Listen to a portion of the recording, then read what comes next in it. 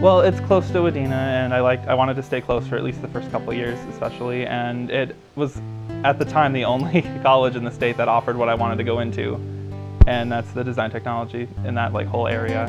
And now that I've switched majors already, but I'm still going because I love where it's at. It's right on a lake. That's so cool, and I like that it's it's kind of smaller. It's not a big city. I'm from a small town. I didn't want to go to get lost in the people.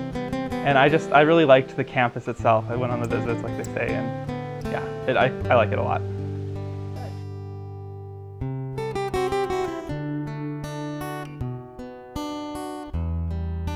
Breaking news coming out of northern Minnesota. A string of tornadoes has killed at least 2 people, and several city blocks in the town of Wadena were almost completely flattened. Heather Brown of our Minneapolis station WCCO is on the ground with the latest. This was a widespread system that lasted for hours. It was a series of tornadoes that marched through Minnesota from the top of the state all the way down to the bottom. But the hardest hit area is in northwest Minnesota. About a quarter of the buildings in the town of Wadena were wiped out. Dozens of homes were flattened. The high school was damaged and the community center is gone. About 20 people were injured. Well, the tornado itself, we were home and it was scary because you hear it. It sounds like a train, just like they say it does.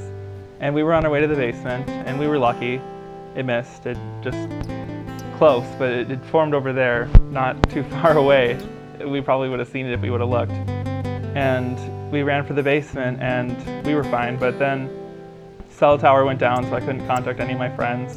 And I knew it went. I mean, I could draw a line. It goes right into town. So I was worried about some of my friends, and I learned later that a couple of them lost their houses. And then the school, and then the fairgrounds, and then just went right through the middle of our town. And so then the next thing was, now that my friends were safe, that's good. So then it was worrying about school. What's going to happen? Are they going to separate us? What are they going to do? And luckily they didn't separate us. M-State was kind enough to let us move in pretty much. And so this whole year we've been at M-State and the elementary school right across the street, kind of jumping between. There's some classes that are in the elementary school, some are in M-State. And it's been really hectic. We started out the year and M-State was some of the M-State students didn't want us there, and some of we didn't want to be there. We wanted our high school back, and all the teachers were lost and confused because they didn't have any of their files, and it was just really chaotic. But over a couple weeks, people started to get into a routine, and everything smoothed out, and it's been fine since then. It's just been, we're still Wadena, still our high school.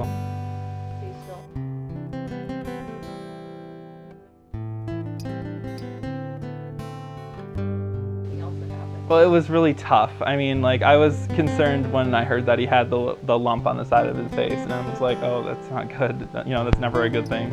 And so I was concerned right from then, and then he got diagnosed by it, and it's like, oh, that's horrible, and I didn't know what I was gonna do. It was really devastating, but then it's 95% curable, so that was nice, and it's like, he'll be fine, don't worry about it, he'll be all right, don't worry, there's nothing to worry about. And he was, and that's good. So now he's just done chemotherapy and all the hard work he's done, and it was horrible. I mean, you watch him get sick, and it was bad, but he's, always there.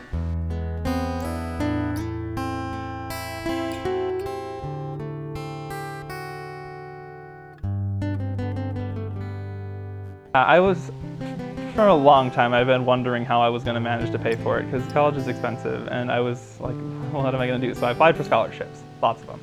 And I applied for the presidential one, I applied for some other ones too, and then my mom got the news before I did, and I got home and she told me, and I was like, really? Because, I mean, why me? I didn't feel like I was that special. I didn't feel like it was like, why me, It was really, really nice. It was, especially because it's like, huh, well, that'll help. It was good. I was very happy, very, very, very happy. And then, you're like, wow, presidential scholarship, that's awesome, You feel kind of honored because, why me, I literally stopped in my tracks and just caught my breath, and then the tears come up, and it's like, oh my God, he just won this $7,000 presidential scholarship. Then I came in the house and called everybody I knew. Before Bradley even got home from school, I called his sister, who has been pulling for him, and his grandparents, and well, of course, his dad. And yeah, I just called everybody I knew, and Bradley was pretty much the last to know. But yeah, I stopped walking. I was reading and walking, and I just stopped, and my eyes got big, and it's like, oh my God, he just won a $7,000 scholarship. I just want to thank you for being here, and it really does help. It's something scary for high school students to think about. How am I going to pay for it? It's concerning. What are you going to do? Am I going to end up with an enormous debt at the end, or what? And you know, winning a scholarship like I did, I was so deeply just like, I'm good. You know, this will help. This will take some weight off my shoulders and the shoulders of my parents. And it's one of the best things. It's one of the best feelings in the entire world that when you win. It's just good. I'm good for now.